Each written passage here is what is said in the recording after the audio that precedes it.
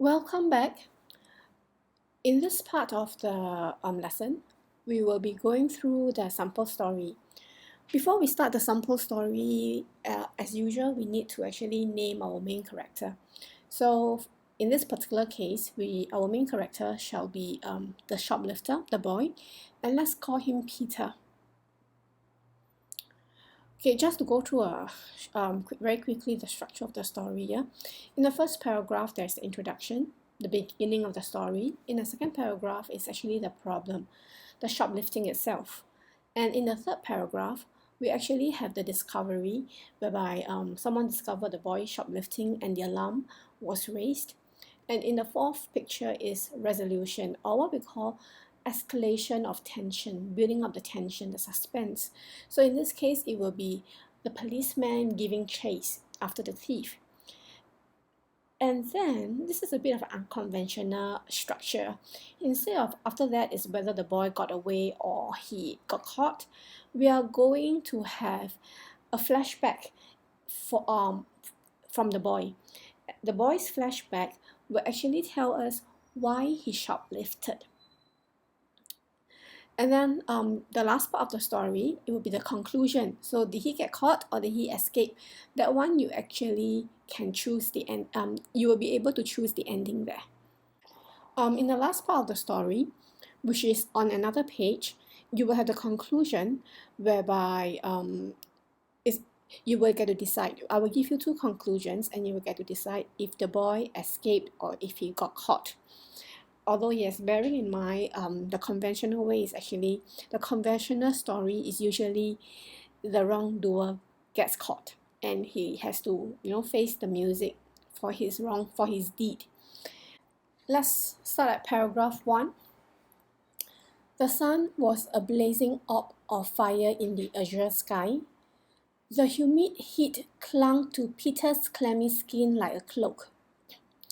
He did not notice the discomfort, as his mind was preoccupied with more pressing issues. This is just a way of saying that he did not notice the heat because he was thinking about other more urgent things. In this case, is of course his impending shoplifting. He strode briskly towards his destination, Mr. Raju's 3A Minimart. So here we actually started with a technique of describing the weather, the setting. Okay, paragraph 1 is done. Let's move to paragraph 2. The shoplifting itself. Mr. Raju was busy attending to his customers. Peter made his way to the front of the shop where the drinks were stalled. He looked around furtively. Furtively means trying not to arouse attention. He reached out his hand and took a bottle of juice.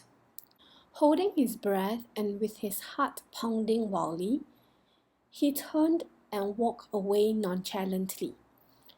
When he thought he was safe, he heaved a great sigh of relief.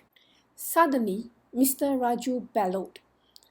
Peter's heart missed a skip, or you can also say Peter's heart popped like a shotgun. Okay, both are ways to describe a person getting a fright. Realizing the game was up, Peter took to his heels and sprinted like the hounds of hell were after him.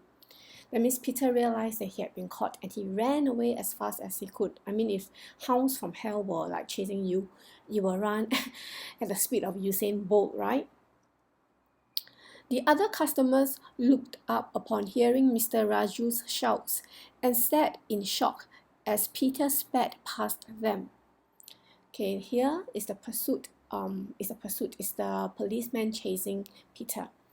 However, it was not Peter's lucky day, or you could say Lady Luck. However, Lady Luck had deserted Peter that day. Third way of saying that is, however, Lady Luck was not smiling on Peter that day. Just at that moment, a patrolling policeman turned round the corner. He witnessed what had happened and gave chase. Turning his head back, Peter realized with horror that the policeman was only a few steps behind him, dogging him with grim determination. Dogging here is actually it actually means following. Peter could not keep up the blistering pace, that means the very fast pace. His lungs felt like they were on fire, and his legs were like stumps of lead.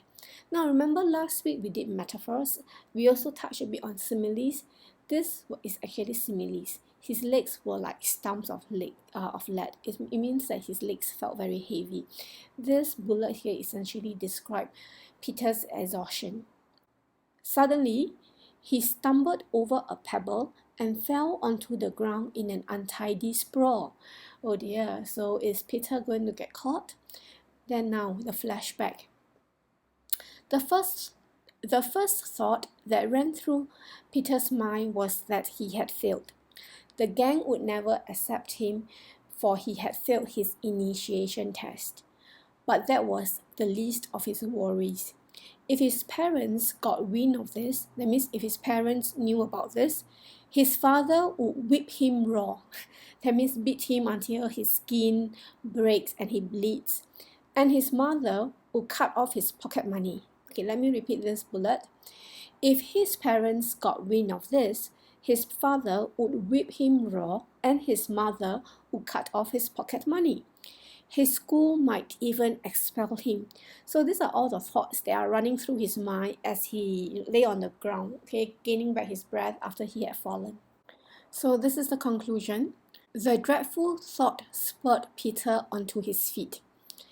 Ignoring his pain and aches, he made a mad dash for it. That means he tried to run away as fast as possible, okay? Then he saw the lift in front of him, its door closing. With a last burst of energy, he hurtled into the lift. Or you could say he leapt into the lift just before the doors closed. Panting with exhaustion, he pressed the lift buttons. Peter knew he had had a narrow escape. He swore he would never steal again. He did not care if the gang rejected him. In fact, he was no longer interested in joining the gang. So in this case, we have got Peter getting away. Then now, what if you want to follow the safer method, then there's Peter getting caught, right? It will be this paragraph. Before Peter could get onto his feet, a pair of strong hands had grabbed his collar and hauled him up. Turning around with dread, Peter saw the policeman. He was swarmed with regrets as he was taken to the police station, but it was too late. I mentioned a few times that for most endings, if there's a wrongdoer, we will prefer the wrongdoer to get caught and get punished. But I gave you an option now. In this case, Peter actually got away. He did not get caught, he did not get punished, but it would work as well because he learned his lesson. He got such a fright that he swore to himself he would never do it again. So I think in this case, this ending would work as well. So it's up to your discretion to choose which ending you prefer.